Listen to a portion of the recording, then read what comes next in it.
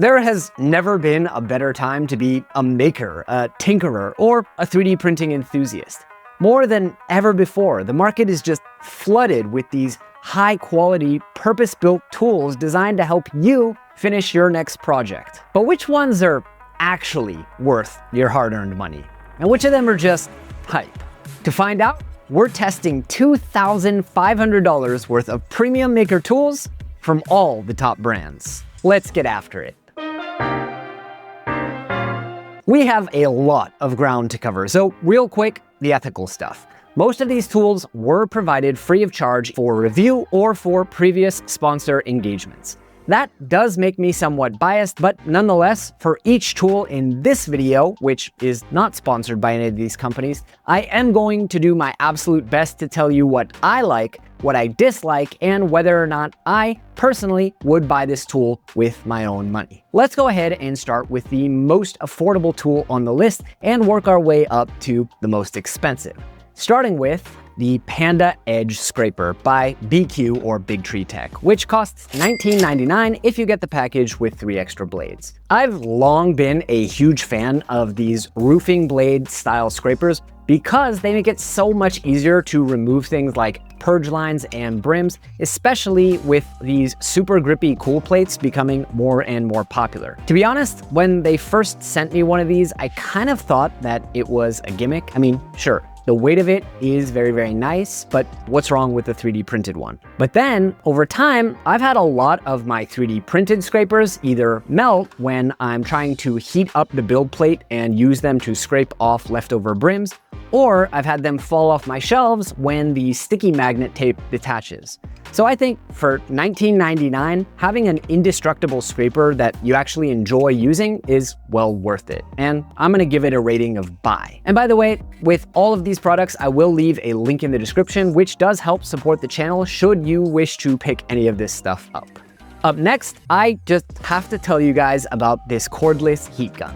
I paid, I think, $21 for this on AliExpress. They're now going between $21 and $34. And I think it's pretty clear what this one does. It takes a Makita 18-volt battery, it heats up to 540 degrees C, and it has a bunch of attachments that are in a drawer somewhere. Now, what I love about this has got to be the lightweight, the versatility, and the safety feature, which doubles as a trigger lock and saves you the hand fatigue if you want to leave it running. The only thing that I don't like about this tool is that the color actually isn't a perfect match for my Makita tools.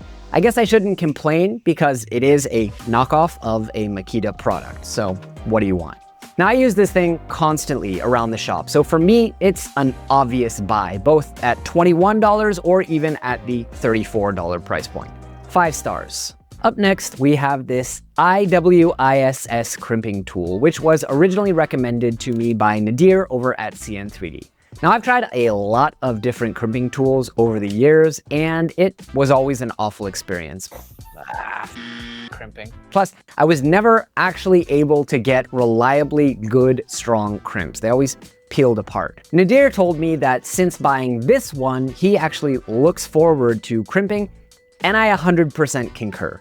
My favorite features on this have got to be the build quality, the nice hefty weight of it, the extreme precision of the machining on the teeth, and the very finite and precise mechanism, which makes it an absolute breeze to actually hold the crimp in place while you insert the wire without smushing it. If I had to fish for something that I don't like about this tool, I guess I'd say that it is a missed opportunity to not have some kind of wire stripper in here in the handle, but honestly, that's me really looking for a fault. I love this thing. I'm probably gonna buy another one to have at home, so 2 thumbs up.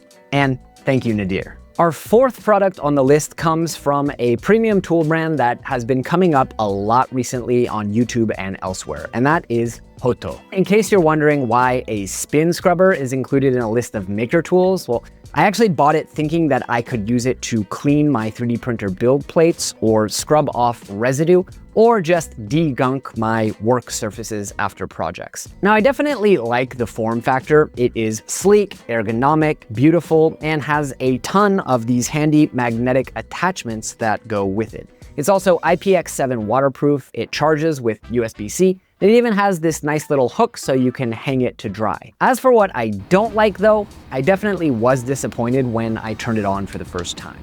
There are two speeds on this one, 170 and 250 RPM, and I gotta say that I was expecting a little bit more oomph. Now, checking HOTO's website, they do make a bigger, more powerful one, which goes up to 300 RPM, but that one is $89.99. Still, this thing does do the job, and I definitely see myself using it more around the studio for cleanup jobs. And honestly, for $34 or whatever, I might even buy another one of these for my kitchen sink at home. So I give it one soapy thumbs up. Number 5 is this heat set insert press from Mintion, which will set you back $49.99. It includes the soldering iron, the press kit, and all the little bits you need. It also retracts by itself, which is a neat feature. The assembly of this one is quick and easy, and I like the attention to detail, for example, including indentations to put the double-sided tape, which is used to route the cables. I would, however, prefer if they had put a handle on it so you have somewhere nice to grab when you're using it. Now, I've been a holdout on building or buying a heat set insert press because I've honestly never really found that I need one. I just press my inserts down as straight as I can, then flip them over onto my ceramic countertops to get them flush and straight. While a press like this will ensure that you're pushing down straight, it won't line up the inserts for you, nor will it guarantee that your inserts are flush or free from blowout. Fortunately, CNC Kitchen has a tool coming out very soon that is designed to solve that last problem, so stay tuned for that. So for me, personally, I don't think that I would spend $50 on this. If you do a lot of heat set inserts, then it might make a lot of sense for you. After all, the whole point of buying any of these tools is to make working on your projects more enjoyable. And this does indeed make it more fun and enjoyable to do inserts. I just don't personally feel like I need it for the amount of inserts that I personally do. I don't think this list would be complete without at least mentioning the LTT Screwdriver, which goes for $69.99. Look, a lot has been said about this screwdriver, and it's all true. The bits and the magnet are extremely high quality. The hand feel, the ratcheting, and the ergonomics are second to none. It's the nicest screwdriver I've ever used. With that said, I have been disappointed with the force required to actually start the ratcheting. What's more, while the hidden bit storage is really smart and nice to have the bits around, it does add an extra layer of friction in actually changing the bits, which is probably why I almost always find myself reaching for my $15 dedicated hex drivers instead. Also, there's the price. It's too damn high.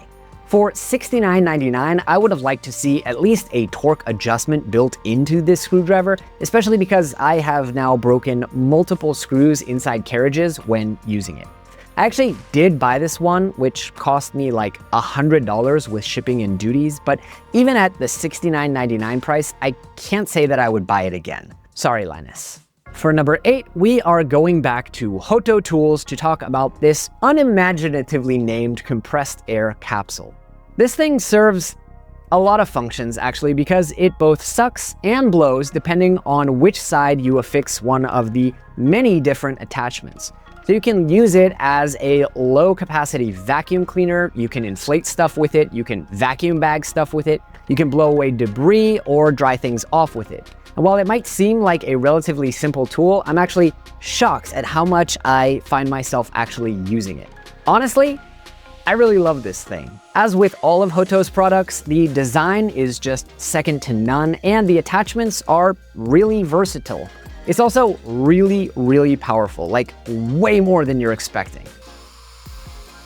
As for the dislikes, it is quite loud, but I don't think that there is anything that they can actually do about that because physics. Also, the vacuum module is really very small with a tiny capacity, and I kind of wish that they just made it like twice as long so I would have to empty it less. But I mean, for 70 bucks, I would 100% buy this with my own money, and I can highly recommend it to all of you.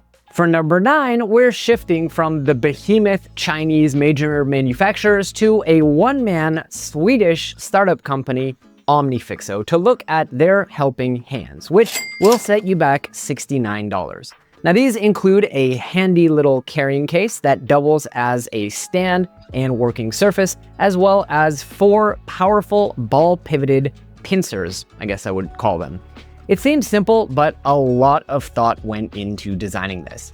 You can use this to test your electronics or use the silicone pads to protect the boards as you hold them. You can flip them around for a lower profile grip, or you can stand the entire thing up to work vertically.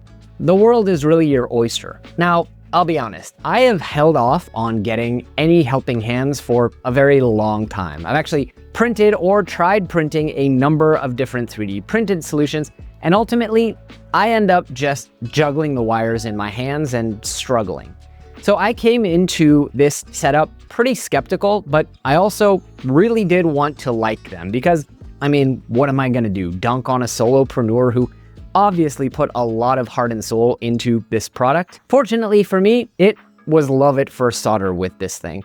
I decided to try soldering something that I always struggle with, which is those tiny little NeoPixel LEDs. And after I got the hang of using this thing, I was off to the races.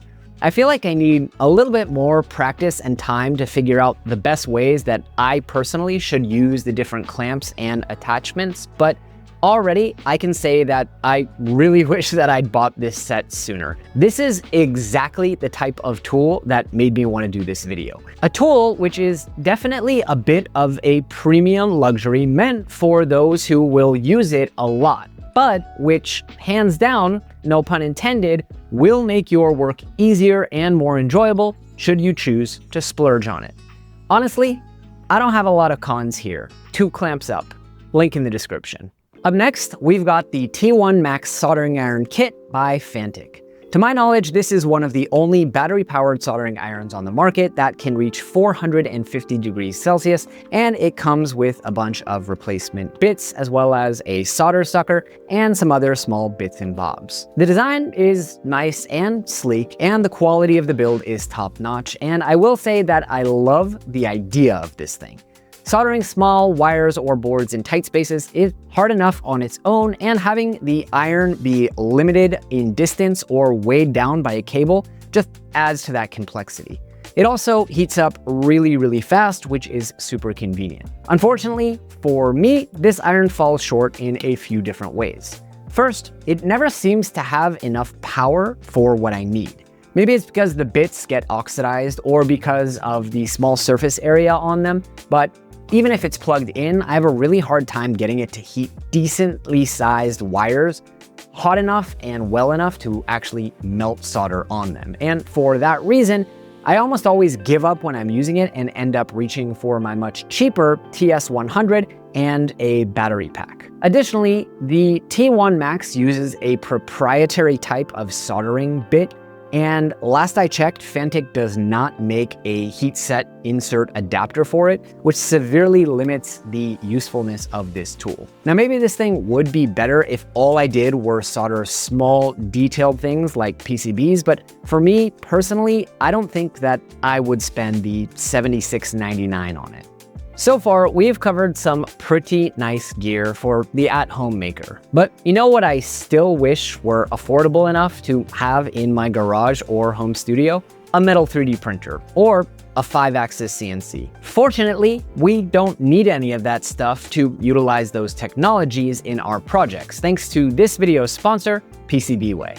They've invested literally millions into all the most cutting-edge fabrication technologies, so you don't have to. You simply design your part or choose from their full library of community projects, and then you upload it to the website, get a quote, and choose your options. The parts show up at your doorstep ready to go, and the quality is always top-notch. I use PCBWay for all types of projects around here in the studio, so if you haven't tried them out before, do use my link in the description to get $5 off your first order. Thanks to PCBWay for sponsoring this video. All right, let's get back to it. On to number 12, we have the Hanboost S2 electric cordless rotary toolkit, which comes in at $79.99.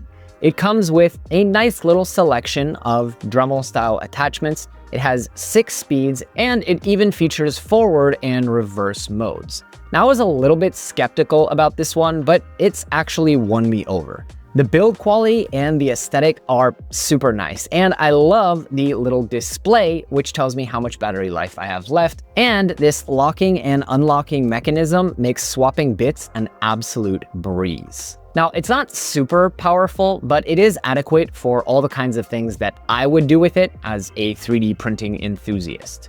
The only things that I don't like about it, and where it suffers as compared to similar products that we're going to talk about in just a minute, is honestly just the lack of an all-in-one carrying case which holds the bits and the tool together for when you want to throw it in your bag.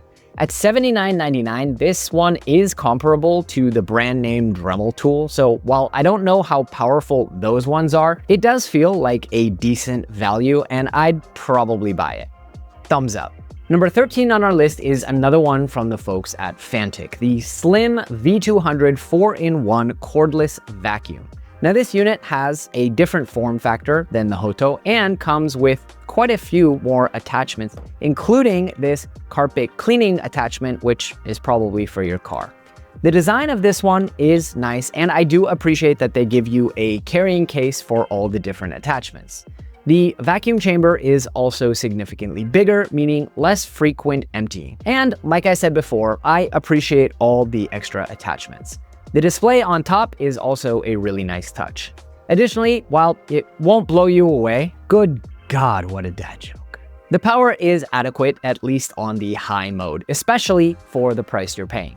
Now, I mainly bought this thing for cleaning in and around my various 3D printers, since my shop vac is very big and very hard to maneuver around the farm, and it has been doing an absolute wonderful job of that. As for what I dislike, I do feel like it's a missed opportunity to not make the attachments fit to both sides, because it does limit what you can do with it. For example, you probably still could use it to suck the air out of vacuum bags, but it's not as convenient or as versatile as it is with the HOTO unit. It is, however, a little bit more expensive than the HOTO one at $99.99, but it is on sale for $89.99 right now, and there's another coupon code making it the same price. Still, I do think I paid like $50 or less for this at Costco, which I definitely feel was well worth it, but if I had only $70 to spend and I had to choose one of these, I'd probably rather have the HOTO.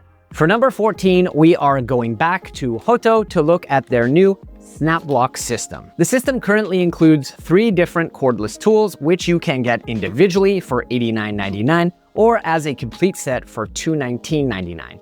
Those include a rotary tool for grinding and polishing, a precision drilling tool, and a cordless screwdriver. Each of these tools comes with a unique case for which the entire system is named. The tool itself is in a magnetic sheath, which can then be snapped onto the case in any possible orientation that you want. The case, in turn, is magnetically held together and can be opened and rearranged however you want, or snapped onto other cases, or parts of cases, or, my favorite, mounted on any ferrous surface. Now, here's what I like. First of all, you can't deny that the case is very, very convenient, especially if you have a lot of metal surfaces around like I do. Second, I appreciate that the tools aren't underpowered. For example, half a Newton meter might not sound like a whole lot, but it's actually 2.5 times as much as the E1 Max from competitor Fanttik. And that makes a really, really big difference when you're working on 3D printers. Same goes for the rotary tool. I found that the power was quite adequate for many of my needs, but there are still a few things that I dislike. First of all, I'm honestly not sure why you would want a separate precision drilling tool. Like, why not just give me some drill bits for the rotary tool instead? I actually would much rather that they make a SnapBloq soldering iron, but perhaps they had a look at the Fanttik one and realized that they couldn't make a battery-powered soldering iron that had enough juice or power. Additionally, because of the whole magnet thing, the bits do have a tendency to get a little bit mixed up, either when you toss it in your bag and shake it around, or when you're putting it back together and accidentally misalign it. And it is super annoying to have to organize all of them again. I honestly wish that they had a little bit of friction just to keep them in place. Third, I do wish that they'd put the name of the tool in very, very big letters on every side of the outside so that it would be quick and easy to know which one to grab without memorizing the different colors. Finally, and I'm not sure if this is actually even possible on something of this size, but I really wish that we could get a handheld screwdriver like this with a torque adjustment setting, like I have on my hand drill. As for whether or not I personally would buy or recommend this setup, I think it is a little bit expensive at $90 a piece, but this is a video about premium tools. Plus, at $219 for all 3 pieces, it is a little bit more reasonable. The thing is, I don't really need a precision drill, but I would probably pay $150 for the screwdriver and the rotary tool, or $220 for a 3-piece kit if the 3rd piece was a decent soldering iron. So I do hope to see them come out with that. All right, we are now in the realm of some ultra premium tools, such as this $199 Hanboost Ultrasonic cutter. Now this one features a portable design, 3 speeds, and it comes with a carrying case for all the different bits, as well as the tool itself. Now this is a new type of tool for me, and at first I wasn't quite sure what to actually do with it. It definitely came in handy when removing supports, both on resin and on FDM print, especially for flexible and very hard to separate materials like TPU. I do love the design, the ergonomic grip that's flexible and nice to hold, and the whisper quiet operation. The only thing is, if you're expecting the highest speed setting to cut through things like a hot knife, it won't. This thing is really suited for smaller, much more detailed work, which makes it kind of a shame that they give you the 24 normal angled blades in the standard package, but then expect you to buy the other smaller and finer blade types separately. I think I would have gotten a lot more use out of this if I'd had an assortment of blades that could get into much tighter spaces. If I did a lot of resin printing, I can see how this would be a major time saver and level up the finished quality of my prints. But for me, personally, as an FDM and functional prints guy, I do everything in my power to avoid post-processing at all costs. So for $200, I'm out. And now for the grand finale, we've arrived at this new smoke purifier and 3D printing air filtration system from Creality. Now this machine, which is available in both resin and FDM versions, claims to offer 360-degree all-around purification, not sure how, a real-time PM2.5 monitoring display, 250 meters cubed per hour of turbo airflow, and a 1,000-hour filter lifespan. First, let's talk about what I like. This is a gorgeous product, there's no doubt about it. It will look beautiful in any home, workshop, heck, I'd honestly put it in my kitchen. I also like the PM2.5 display. And the hose is very sturdy and easy to adjust. It's going to stay wherever you try to put it. It's also surprisingly not that loud, even at the highest setting. And this thing sucks in a good way. I was worried that you'd need to put it right up against your hands and in your way while soldering, but you can actually put it far out of elbow room and it still sucks up all the smoke. Now, let's talk about the bad. I felt like they missed a real opportunity here to make this an all-in-one shop air purifying device that you could use with your laser, your 3D printer, your soldering iron, and even harsh chemicals. All they need to do is add some holes on the bottom and then include some casters to go into them for rolling it around the workshop, and maybe put the LCD on a swivel in case you wanted to put it on the floor and see the display while you're standing up. Now, why do I feel like this thing needs to be an all-arounder? Because it costs $600 to $650, and it's competing against products like the Nevermore or Bento Box, which cost as little as a few bucks worth of fans and hardware and some activated charcoal. Now, don't get me wrong, this does do more comprehensive air filtering, and I do think that this is a great product, and I'm really glad to see a major 3D printing brand thinking about air quality. But for me, it either needs to do a whole lot more around my workshop and serve many different functions, or it needs to cost like $200 max to be a 3D printing only product. So there you have it, my take on some of the flashiest maker tools on the market right now. Once again, I will leave links in the description should you wish to support the channel and pick any of these products up for yourself. And I would love to know, which ones are you most interested in? And did I miss any? I love finding cool new tools, and I would love to do a follow-up video with all of your suggestions if you guys enjoyed this one. In the meantime, here is another video that we did about some of the best tool purchases I wish I'd made sooner. That's all for this week, but I'll see all of you on the next layer.